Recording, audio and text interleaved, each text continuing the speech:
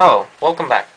Today we're going to review the next step in the understanding of series and sequences, and in this case it's going to be sigma. You've probably seen this symbol before. It's a Greek symbol for sigma. Well, now, what does it do? Alright, what it does, it facilitates, or you might say compresses long expressions of summation. For example, this thing right here, we write it using arithmetic sequence, un equals u1 plus n minus 1d, if you recall from the previous video. Our first term is 2, alright, and the common difference, let's say 4 minus 2 is just 2. Let's simplify this. 2, here distribute, 2n minus 2, 2's cancel out, and you're left with 2n. un equals 2n. Alright, this formula predicts every value there, but you have to plug in an n value. So by itself, in a way, it's quite useless. Now what sigma does is it actually facilitates this process. Instead of writing all the way all the sequence, instead of if it's a huge sequence, what it does, it simplifies it. And in this case, we'll put 2n in here. I'll explain what the bottom and the top part does in a traditional sigma equation. In this case, I'll say n starts with 1 and it ends with n. In other words, we plug in 1 in here, so 2 times 1 is just 2. Then we plug in n equals 2 because it increases by 1, by integers. So the next value will be 2. 2 times 2 is 4. 3 times 2 is 6, and so on and so forth. That'll be what? 4 times 2, 8. And now here what it tells you is where it finishes. It starts from 1 and you go 1, 2, 3, all the way to n. So you see, this right here predicts the same thing right there. In other words, sigma simplifies contracts a usually long and extended sequence, or in this case series. Now, what can we use this for? Let's take it to the next level.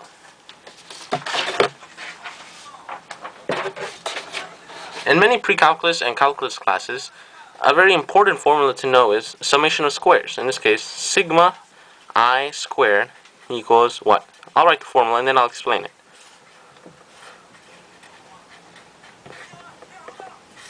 Divided by 6. In other words, the amount of squares, and if you have 10 squares, you just plug it into this formula and boom, you get the answer. But that's not exciting at all. Most people don't know where it comes from, and I shall show where it comes from. So let's actually write the first couple of squares. 1 squared 1, 2 squared 4, 3 squared 9, 4 squared 16, 5 squared 25. Alright. Now let's try to see if there's a pattern between the differences like we've seen with the arithmetic sequence. So let's try. 4 minus 1, 3. 9 minus 4, 5. 16 minus 9, 7. 25 minus 16, 9.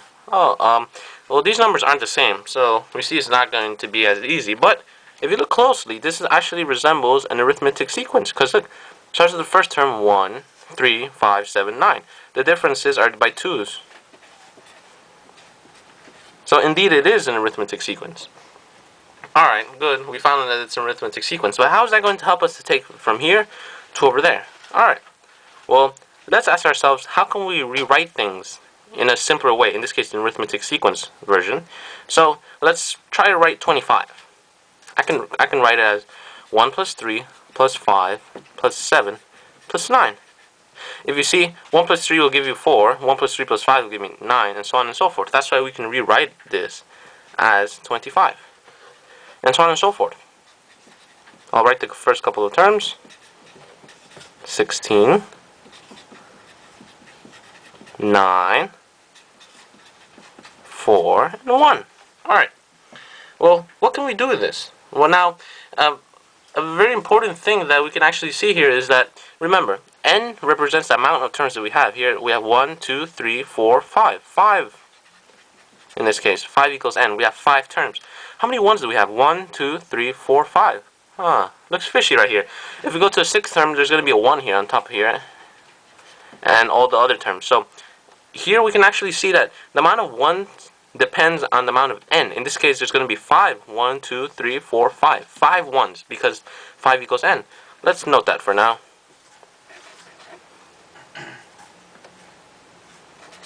Just give me a second. I have to write it down. Let's say 5 equals n, so we're going to write the n. 1. right? Because 5 times 1 will give you 5 ones. Now here, okay, 1, 2, 3, 4. We have 4 3s. 1 minus that of 5. So we write n minus 1, and we write 3. Remember, n minus 1 because there are 4 terms compared to 5. And if we continue this, we can actually see that the pattern continues.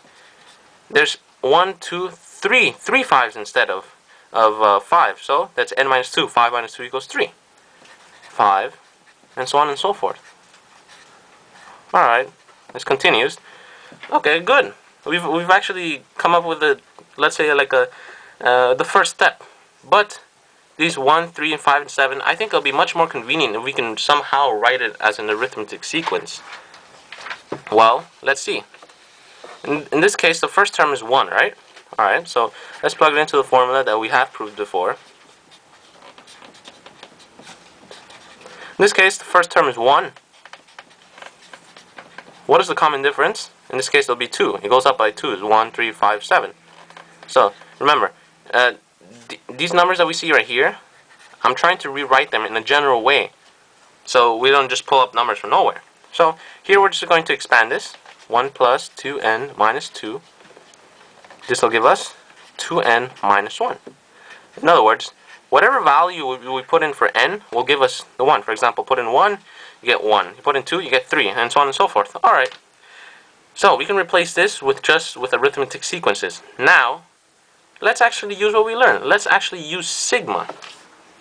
Alright. Hello, welcome back. Today we're going to continue the value, or actually what we're actually trying to solve, which was summation of squares. Now let's continue. We left off saying that we found this pattern right here, and we wanted to replace these constants, actual values, numerical values, with the arithmetic sequence formula 2n minus 1, which we've seen in the previous video. But now let's actually integrate this into here. So I can say n 2n minus 1. In this case, I prefer using a different variable, because in this case, imagine it's just x. I will show you why. So we just plugged it in.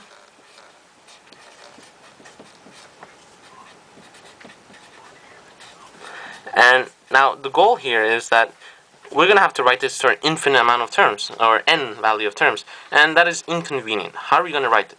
Well, we shall continue to use our tools that we've learned. In this case, sigma. We're going to use sigma because it will simplify all of this down. I'm going to use sigma. We're going to start with x equals 1. This is why I used x. Remember, it's going to alternate from 1 to 2 to 3 to 4. It's going to finish all the way up to n. And now let's actually write this in sigma form. Now, here we can just use intuition. We see that we're going to plug in 1.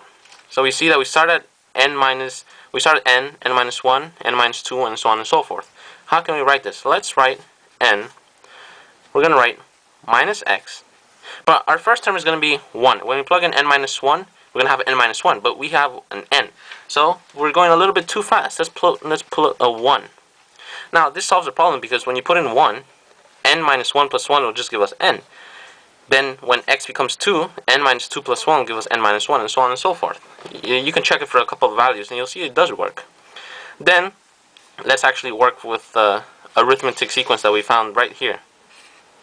Alright, so we used x because it simplifies things very quickly. When we plug in 1 for x, we get what? 1. When we plug in 2, you get 3. When we plug in 3, we get 5, and so on and so forth. So this actually equals this thing right here. Alright, good. So far, this formula actually solves everything we need, but it's not convenient. Let's come up with a general formula, like the formula I showed you in the first video. Well, inside, what happens if we actually distribute this? Let's go for it. This will be a good time to practice your algebra. So let's distribute 2xn. We move this over here. N times minus 1 is negative n. Let's go in for the x. Negative 2x squared plus x plus 2x minus 1. Alright. Let's actually simplify things. Let's see if we have like terms. So that's 2xn. No other term similar to that one. No other x squared. Right here, we can simplify this to 3x minus 1. All of this, we have the same sigma on it. Now, a very important property that sigmas have is that they can actually distribute. Sigmas can distribute throughout what they have in the formula. In this case, this. Okay, so we shall continue.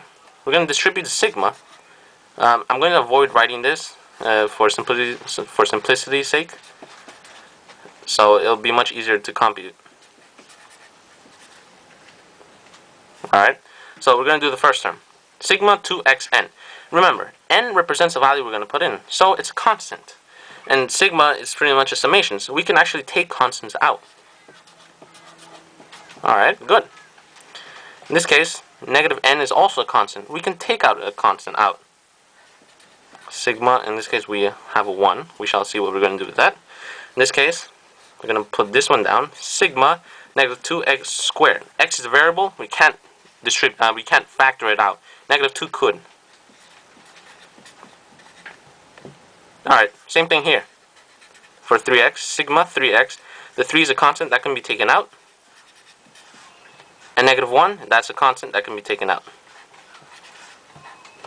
Alright, let's actually simplify this. Sigma x pretty much means when we plug in 1, we get 1, 2, 3. It's an arithmetic sequence with first term 1. So it's pretty much n. What's u1?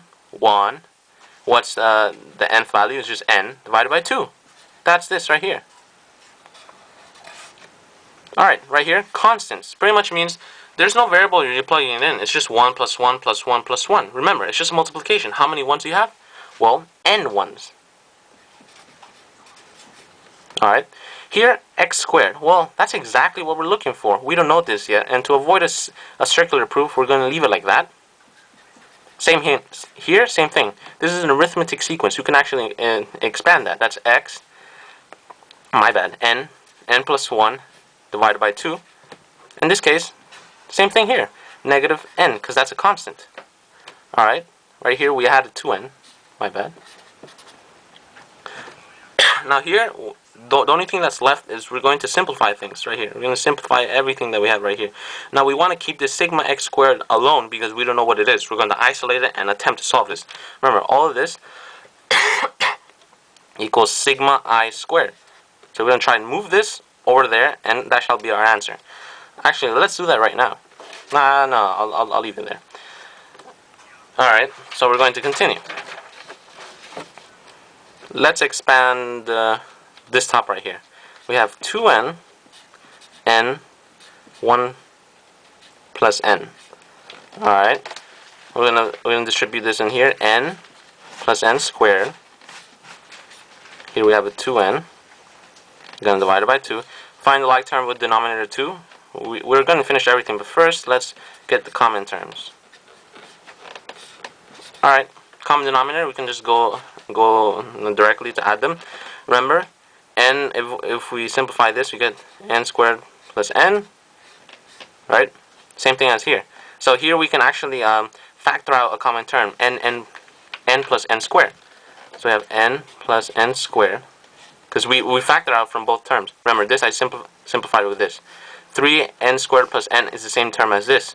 So we're going to factor this out, and what we have left is 2n plus 3 divided by 2. Alright, so we have this term done, this term done.